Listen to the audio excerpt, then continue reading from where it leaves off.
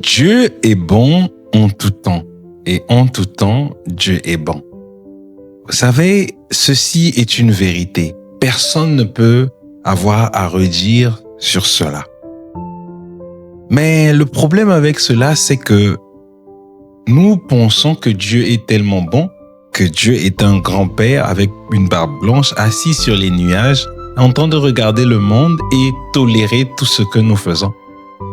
Mais la vérité est différente. Dieu est tellement bon qu'il a eu à racheter le monde de son péché. C'est-à-dire que Jésus-Christ a payé la rançon pour que nous soyons sauvés. Il fallait que Jésus meure à la croix, que son sang soit versé pour que nous soyons sauvés de nos péchés. L'amour et la bonté de Dieu est exprimé dans sa justice aussi. Écoutez, ce que je veux dire, c'est que Dieu est souverain. Il aurait pu, d'un claquement de doigts, changer la donne, pardonner les péchés des hommes.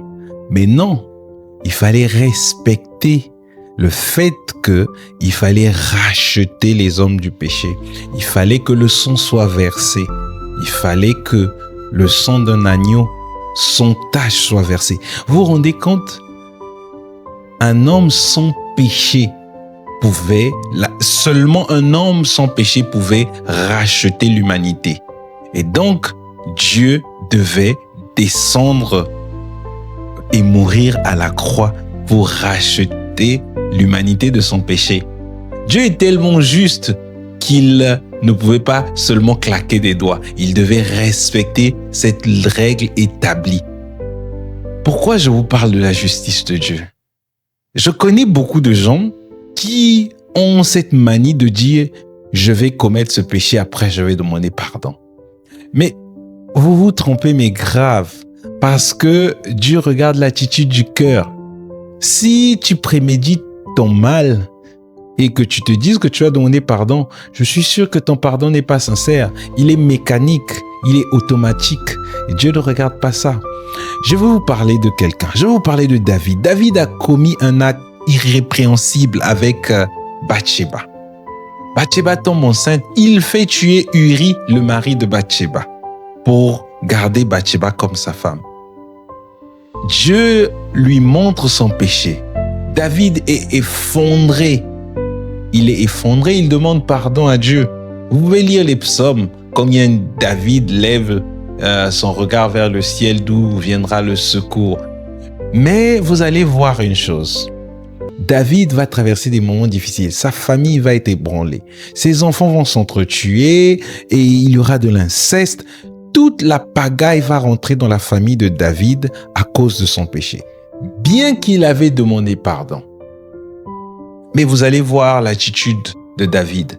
David, regardez, quand le fils qu'il a avec Bathsheba meurt, David sort, il va se nettoyer. Pourtant, il jeûnait pour demander à Dieu, supplier Dieu de ne pas laisser cet enfant mourir. Mais quand cet enfant meurt, il sort, il se nettoie et dit, je ne peux plus rien parce que Dieu en a décidé ainsi, parce que la justice de Dieu s'est faite.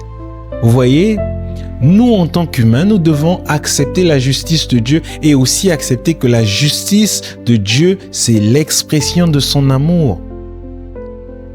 Parce que Dieu, un Dieu qui n'est pas juste, n'est pas un Dieu qui est amour. Ça sera un Dieu qui n'est pas impartial, qui aura un parti pris. Nous voulons un Dieu juste. Nous regardons.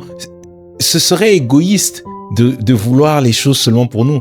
Imaginez un homme ou une femme qui commettent un adultère et qui emmène une maladie dans leur maison. Et cette maladie emmène son conjoint à mourir. Cette personne peut demander pardon à Dieu et se repentir, changer de vie. Mais Dieu ne va pas de façon automatique enlever les conséquences de son péché.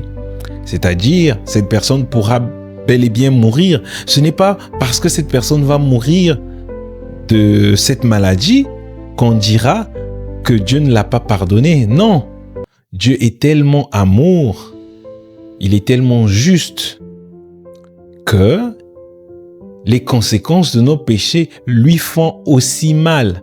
Dieu a créé le monde avec un écosystème. Il a mis un équilibre entre les choses.